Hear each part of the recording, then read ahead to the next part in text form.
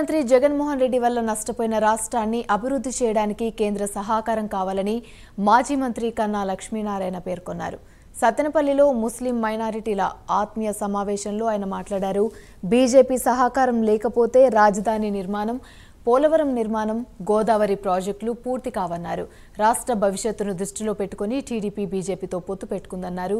ముస్లిం మైనారిటీల మనోభావాలకు, ఆత్మగౌరవానికి భంగం కలిగించే కార్యక్రమం టీడీపీ చేయదని కన్నా తెలిపారు.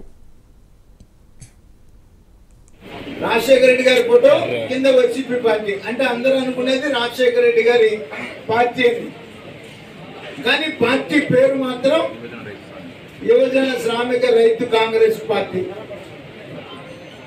పార్టీ పుట్టుకే అసలు ఆ పార్టీ పేరు మీద వీళ్ళకి కాదు రిజిస్ట్రేషన్. కడపకి చెందిన ఒక ముస్లిం సోదరుడు ఈ పార్టీ రిజిస్టర్ చేసింది. అతని దగ్గర బలవంతాన లాక్కున్నటువంటి పరిస్థితి ఆ టైటిల్ని. ఇలాగా అన్నీ కూడా మోసపూరితంగా, అన్యాయంగా, అక్రమంగా, దౌర్జన్యంగా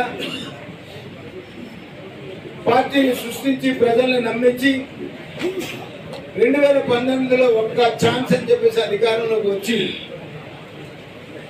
వచ్చిన మరుక్షణం నుంచి కూడా ప్రజల మీద మోయలేనంత భారం మోపినటువంటి విషయం అవునా కాదా? కరెంటు ఛార్జీలు 2019లో ఎంత కట్టేవాళ్ళు మీరు? ఇవాళ ఎంత కడుతున్నారు?